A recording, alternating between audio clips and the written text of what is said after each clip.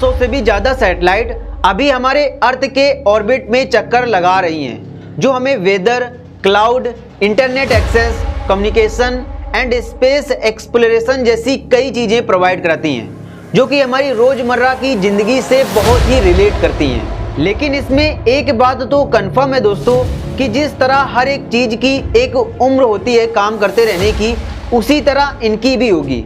मतलब एक समय ऐसा भी आता होगा जब कोई ओल्ड सैटेलाइट काम करना बंद कर देती होगी, और ऐसी सिचुएशन में हमारे मन में ये सवाल आना जायज़ है कि फिर उस सैटेलाइट का क्या होता है।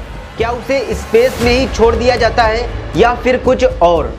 एंड आज की इस वीडियो में हम यही जानेंगे कि what happens to old satellite when they die. 1957 से अभी तक 6250 रॉकेट लॉन्चेस हुए हैं स्पेस में, जिसमें कई सारे काम हुए हैं, जैसे मार्स पर रोवर को भेजना, इंटरनेशनल स्पेस स्टेशन की मेंटेनेंस करना एंड अपोलो मिशन जैसे कई सारे। और इन्हीं में से एक है सैटेलाइट को लॉन्च करना। अभी तक टोटल 13,630 सैटेलाइट अर्थ के ऑर्बिट में लॉन्च किए गए हैं, लेकिन अभी सिर्फ 8,850 सैटेलाइट ही स्पेस में मौजूद हैं, और उनमें से सिर्फ 6,600 सैटेलाइट ही ऐसे हैं जो प्रेजेंट टाइम में काम कर रहे हैं। लेकिन क्या स्पेस में सिर्फ यही है? तो इसका जवाब है नहीं। स्पेस सर्विलेंस नेटवर्क के द्वारा अंतरिक्ष में 32,190 ऑब्जेक्ट्स ट्रैक किए गए हैं, जिनका वजन 10,100 टन्स है। लेकिन इसके अलावा भी दोस्तों स्पेस में more than 130 million debris objects मौजूद हैं, जिनकी लेंथ 1 मिलीमीटर से 10 सेंटीमीटर तक है, और ये सभी इन सैटेलाइट के कोलिजन से स्पेस में फैल गए हैं। और ये सब मैं आपको इसलिए बता रहा हूँ दोस्तों कि आपको पता चल सके कि स्पेस में कितना ज़्यादा जंक ऑब्जेक्ट्स मौजूद है। और ये ग्राफ ये शो करता है कि कितनी स्पीड से स्पेस में जंक ऑब्जेक्ट्स बढ़े हैं, और इसीलिए अगर इस स्पीड को कंट्रोल नहीं किया गया तो आने वाले समय में स्पेस में बहुत ज़्यादा जंक ऑब्जेक्ट्स हो जाएंगे, जो आने वाले फ्यूचर प्रोजेक्ट्स के लिए प्रॉब्लम खड़ी करने लगेंगे। तो बेसिकली दोस्तों इस जंक को कंट्रोल करने के लिए डेड सैटेलाइट को 3 प्रकार से अर्थ के ऑर्बिट से हटाया जाता है, जिसमें से पहला है एटमॉस्फेरिक रे एंट्री। जब कोई सैटेलाइट अपने लास्ट स्टेज में होती है तो उसके अंतिम फ्यूल को यूज करके उसे धीमा किया जाता है, और इससे वो अपने ऑर्बिट को छोड़ करके अर्थ के एटमॉस्फेयर में इंटर कर जाती है और उसी में जलकर खत्म हो जाती है। लेकिन कभी कभी क्या होता है कि ये पूरी तरह से नहीं जल पाती और इसका कुछ हिस्सा अर्थ पर आकर गिर जाता है, लेकिन इसके बहुत ही कम चांसेस होते हैं कि ये किसी इंसान के ऊपर आकर गिरे।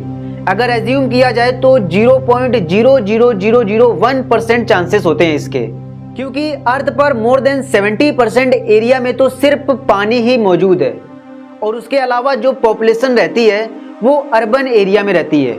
गांव और जंगलात तो लगभग खाली ही पड़े रहते हैं, और यही वजह है कि आज हर दिन लगभग 1 से 2 टन स्पेस जंक एटमॉस्फेयर में इंटर करती है, पर अभी तक किसी की भी इससे जान नहीं गई है और ना ही किसी को गंभीर चोट पहुंची है।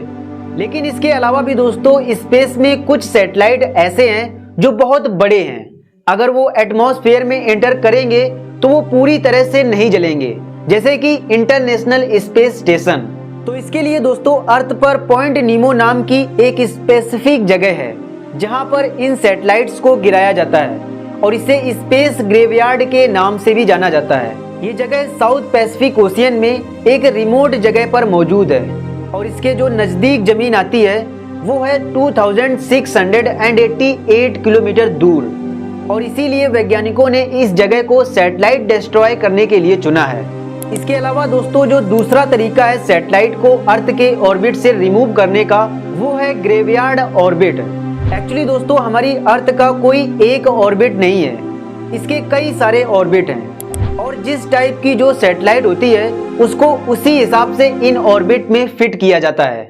और इससे मैं आपको ये बताना चाह रहा हूँ कि जो ये लो ऑर्बिट होते हैं उनकी सैटेलाइट को तो नीचे लाया जाता है, लेकिन जो ये हाई ऑर्बिट होते हैं जैसे कि जियो स्टेशनरी सैटेलाइट के ऑर्बिट, यहाँ की सैटेलाइट को उनकी आखिरी स्टेज में इस रीजन से हटाकर दूर स्पेस में ढकेल दिया जाता है, और उस जगह को इन सैटेलाइट के बेसिस पर ग्रेवयार्ड ऑर्बिट कहा जाता है, यानी कब्रिस्तान ऑर्बिट।